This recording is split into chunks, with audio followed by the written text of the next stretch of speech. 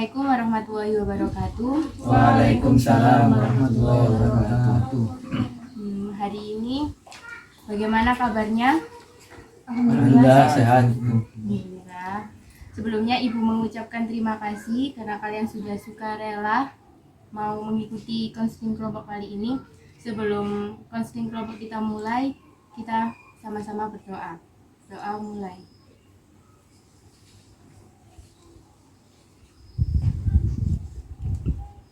Doa selesai. Terima kasih. Sebelumnya ada yang sudah pernah mengetahui apa itu konseling kelompok atau ini baru pertama kali mengikuti konseling kelompok? Ini baru pertama kali kalau saya, Bu. Kamu? Iya, Bu. Nah, jadi akan Ibu jelaskan dulu, konseling kelompok adalah suatu bentuk bantuan individu tapi menggunakan bentuk kelompok dan menerapkan dinamika kelompok dalam konseling kelompok kali ini. Kemudian tujuan kita berkumpul hari ini yaitu untuk melaksanakan konseling kelompok, di mana dalam konseling kelompok ini akan membahas satu topik permasalahan dari salah satu permasalahan yang telah kalian sampaikan nanti. Bisa dipahami? Bisa. Kemudian dalam konseling kelompok ini juga terdapat beberapa asas, salah satunya yaitu asas kerahasiaan. Tolong didengar ya dan diingat, nanti Ibu akan tanya di pertengahan. Jadi ada 3 asas. Yang pertama yaitu asas kerahasiaan, di mana asas ini menekankan untuk kita tidak memberikan informasi atau menyebarkan informasi keluar dari kelompok ini, jadi ke orang lain tidak boleh. Kemudian ada sesi keterbukaan, di mana dalam konseling kali ini kalian lebih terbuka untuk menyampaikan masalah kalian tanpa ada rasa khawatir atau was-was. Kemudian yang terakhir yaitu ada sesi kesukarelaan, artinya di sini kalian bebas menyampaikan pendapat, saran atau apapun itu tanpa ada paksaan dari pihak manapun. Bagaimana, bisa dipahami? Bisa. Baik, untuk selanjutnya yaitu di sini saya akan menjelaskan proses bagaimana konseling kelompok kali ini. Jadi konseling kelompok kali ini itu dibatasi waktu kita itu 45 menit. Saya adalah ketua kelompok. Saya di sini memfasilitasi kalian untuk mengarahkan kalian. Kemudian kalian adalah anggota kelompok yang akan berpartisipasi, menyampaikan masalah, memberikan pendapat dan memberikan saran. Nah, karena ini pertama kalinya kalian mengikuti konseling kelompok, Ibu ingin kalian perkenalan satu persatu. Cukup nama panggilan saja. Dimulai dari saya ya. Jadi perkenalkan, nama saya Nurul. Di sini saya sebagai ketua kelompok dan memfasilitasi kalian. Untuk Mbak yang di sebelah kanan.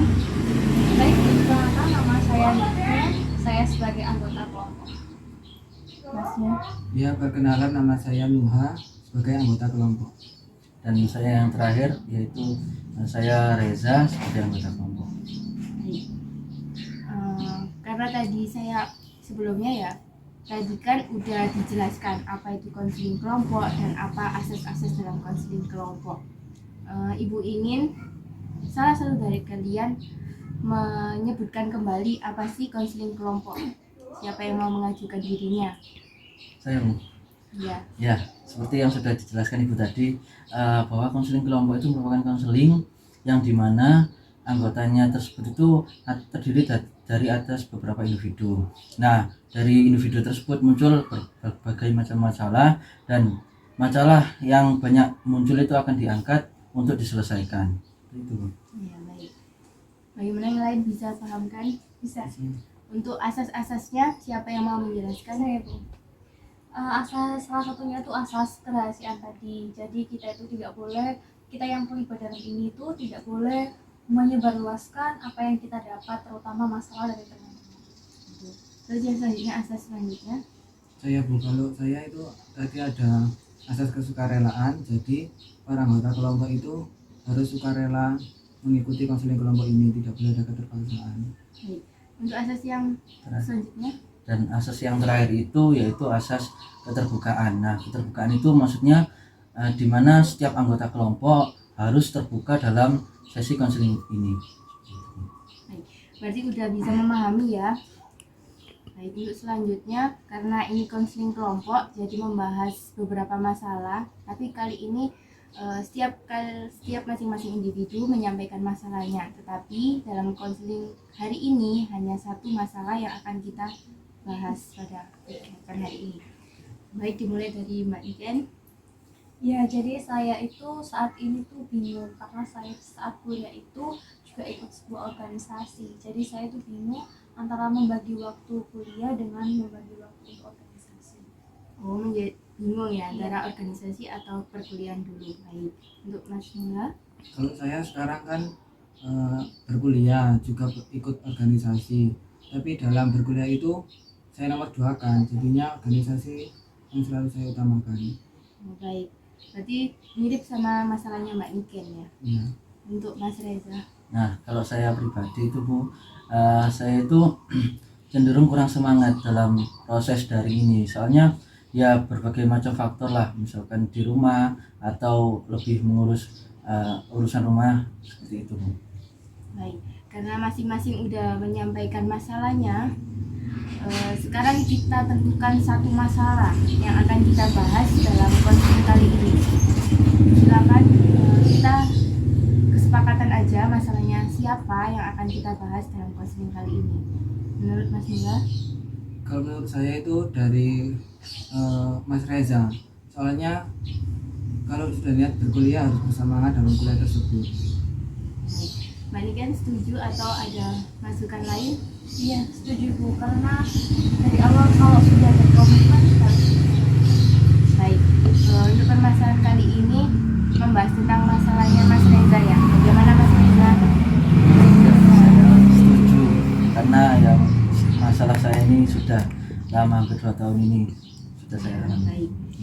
Untuk bisa memberi pemahaman lagi untuk para teman-temannya, bisa Mas Reza ceritakan lebih detail apa yang dimaksud dengan kurang bersemangat itu seperti apa? Oke, jadi gini teman-teman dan guru khususnya, saya itu mengalami kurang semangat dalam perkuliahan karena sangat berbeda sekali kuliah offline dengan kuliah online. Seperti yang kita tahu bahwa offline itu kita juga bertemu dengan teman-teman, bisa interaksi, bisa mengikuti berbagai kegiatan yang ada di kampus. Sedangkan online itu kita hanya bertatap muka dengan HP atau layar komputer. Nah itu kan kita sering jenuh, dan itu posisi di rumah. Nah karena itu saya itu kurang bersemangat. Jadi ketika kuliah itu saya tinggal kemana, saya tinggal berkegiatan apa, seperti itu Bu. Baik. Tadi Mas Reza udah mengemukakan, mendetailkan bagaimana kurang bersemangat berkuliah itu yang dirasakan Mas Reza itu bagaimana. Sekarang untuk Mbak Niken sama Mas Nula, coba beri saran kepada Mas Reza atau pendapat, masukan agar Mas Reza ini bisa merubah yang awalnya kurang bersemangat menjadi bisa lebih bersemangat lagi untuk mengikuti perkuliahan, terlebih kan sekarang online gitu. Maka siapa dulu? Ya, saya. Gini, jadi Mas Reza sebelumnya kan posisinya tuh di rumah ya. Apa dari orang tua itu ada yang selalu menanyakan gitu, baik itu tentang tugas atau saat jam perkuliahan gitu? Kalau saya pribadi jarang sih Mbak, soalnya kedua orang tua saya itu sama-sama bekerja. Jadi ya itu juga mengenai faktor kenapa saya juga malas untuk melakukan perkuliahan tersebut. Kalau dari saya mau bertanya, awal Mas Reza untuk berkuliah itu niatnya untuk apa? Lalu mengapa kok tidak sesuai dengan komitmennya untuk berkuliah? Iya sih, karena memang awalnya saya niat kuliah itu untuk mencari ilmu. Cuman ya mau bagaimana lagi, karena kita tidak bisa offline, maka dan itu tantangan bagi saya untuk gimana sih caranya mengembalikan semangat itu biar saya itu lebih semangat lagi gitu. Jadi tadi Mbak Niken udah menyampaikan pertanyaan kepada Mas Reza mengenai dukungan dari orang tua. Mungkin orang tua Mas Reza memiliki kesibukan masing-masing sehingga memiliki tanggung jawab masing-masing, dan karena Mas Rezanya sudah besar, dinilai orang tua sudah besar, sudah mampu mengatur masalahnya sendiri dan menyelesaikan masalahnya sendiri. Jadi orang tua menyerahkan seluruhnya kepada Mas Reza. Tinggal di Mas Rezanya sendiri bagaimana menyikapi orang tuanya, karena orang tua sudah memberikan tanggung jawab yang lebih kepada Mas Reza. Tinggal Mas Rezanya sendiri bagaimana melakukan tanggung jawab itu, gitu ya. Kemudian yang dari Mas Nuha tadi sudah menanyakan tujuan awal dari Mas Reza untuk kuliah. Nah, tujuan awalnya tadi kan udah disampaikan sama Mas Reza. Jadi Mas Reza memiliki tujuan utama untuk kuliah, bukan karena paksaan dari orang tua tentunya. Jadi sekarang karena Mas Reza sudah kuliah, udah semester berapa sekarang Mas? Semester 4. Udah hampir di tengah-tengah ya. Kalau berhenti di situ kan eman-eman gitu. Jadi tinggal dijalankan tujuannya, ingat sama tujuan utamanya kuliah itu kenapa, kemudian ingat sama tanggung jawab yang udah diberikan orang tua ke Mas Reza. Seperti itu ya, bisa dimengerti? Ya, bisa. Baik, karena terlalu tegang ya ini konseling kelompoknya, soalnya permasalahan yang dibahas terlalu pribadi. Iya. Baik, untuk selanjutnya kita relax dulu, kita senang-senang dulu, kita happy dulu. Di sini Ibu memiliki permainan buat kalian, dimana permainan ini tuh sambung kalimat. Garuda adalah lambang negara Indonesia.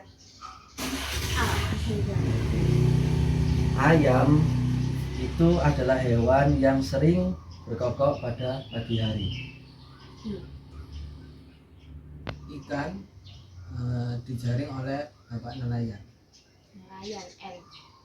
Namun ketika ikan itu terjaring, jaringnya pun lepas dari tangan nelayan. M. Nanti ikan tersebut akan dijual. L. Lama tidak terdengar nelayan tersebut menjual kepada seorang pengepul ikan. Satu, Nanti dua, pagi nelayan akan menangkap ikan di laut dengan naik perahu. udara di laut mengakibatkan kapal menjadi sulit untuk menyeberangi lautan. M. Namun nelayan sangat bersikokoh untuk bertahan. N lagi. Apa ya? N. Satu, Aduh, dua, tiga. aduh, nyerah. Wah, berarti Mas Reza nih yang nggak bisa Iya. menyambung kalimat. Iya. Sebagai punishmentnya, enaknya apa nih? Ada masukan pendapat buat Mas Reza punishmentnya? Jangan susah-susah teman-teman. Mas Reza, Menyanyi, Bu. nyanyi lagu apa? Anak-anak Yang apa? yang gampang. Jangan yang sulit. Apa ya kira-kira? Balonku, Bu, Balonku. tapi diganti hurufnya A semua. Oh jadi. Oh baik. Oke, bisa. Bisa? Insya Allah bisa. Bu. Ayo. Oke. Yang lain sama tepuk-tepuk ya. Mengiringi Mas Reza menyanyi. Dimulai. Oke, palangka ada lama, rapa-rapa warnanya, tiga kuning marah-marah. Diulang. Kas. Satu, dua, tiga. Palangka ada lama, rapa-rapa warnanya, ada dana kelapa, marah mada dan bara. Yeay, tepuk tangan kita semua. Baik, sudah ya permainannya. Karena waktunya sudah mulai habis. Jadi kita akan mengakhiri sesi ini, tapi sebelumnya apa ada yang kurang jelas mau ditanyakan atau mau disampaikan? Silakan. Saya rasa sudah cukup. Bagaimana? Sudah cukup, Bu. Tadi kan? Baik, karena sudah cukup. Di sini Ibu akan meminta kalian ya menyebutkan apa perasaan yang didapat setelah mengikuti konseling, kemudian pengetahuan apa yang didapat dalam sesi ini, kemudian hal apa untuk Mas Reza yang ini, hal apa yang akan dilakukan setelah tadi udah mendengarkan beberapa masukan dari teman-temannya tentang permasalahannya Mas Reza. Baik, bisa dimulai dari Mas Nuha. Pengetahuan apa yang didapat? Kalau dari saya, pengetahuan yang saya dapat meluruskan niat untuk tetap berkuliah dan menerima tanggung jawab saat kuliah itu penting dilakukan. Baik, untuk Mbak Niken, perasaan apa yang didapat setelah proses konseling hari ini? Saya merasa bahwa saya harus benar-benar bisa membantunya, karena saya sendiri kalau di rumah itu masih dapat perhatian gitu. Baik, Mas Reza, hal apa yang akan dilakukan? Oke, kalau saya setelah dari konseling ini dan saran dari teman-teman, maka saya akan melakukan lebih bisa memanage waktu dengan membuat skala prioritas dan membuat jadwal kegiatan agar perkuliahan saya itu juga berjalan lancar sesuai dengan tujuan dan niat awal saya. Baik, berarti Mas Reza udah tahu ya apa yang harus dilakukan untuk menyelesaikan masalahnya. Baik, alhamdulillah, karena semuanya sudah menyampaikan mengenai hal yang disampaikan, kesan-kesannya dalam proses konseling kali ini. Ibu senang sekali karena udah mau berpartisipasi dalam proses konseling hari ini.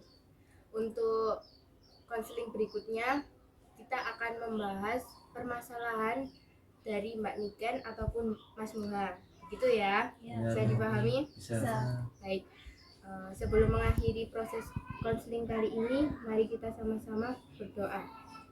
Mulai. Amin, selesai. Terima kasih waktunya sudah meluangkan waktu ke sini untuk mengikuti proses konseling. Kurang lebihnya itu mohon maaf. Wassalamualaikum warahmatullahi wabarakatuh. Waalaikumsalam warahmatullahi wabarakatuh.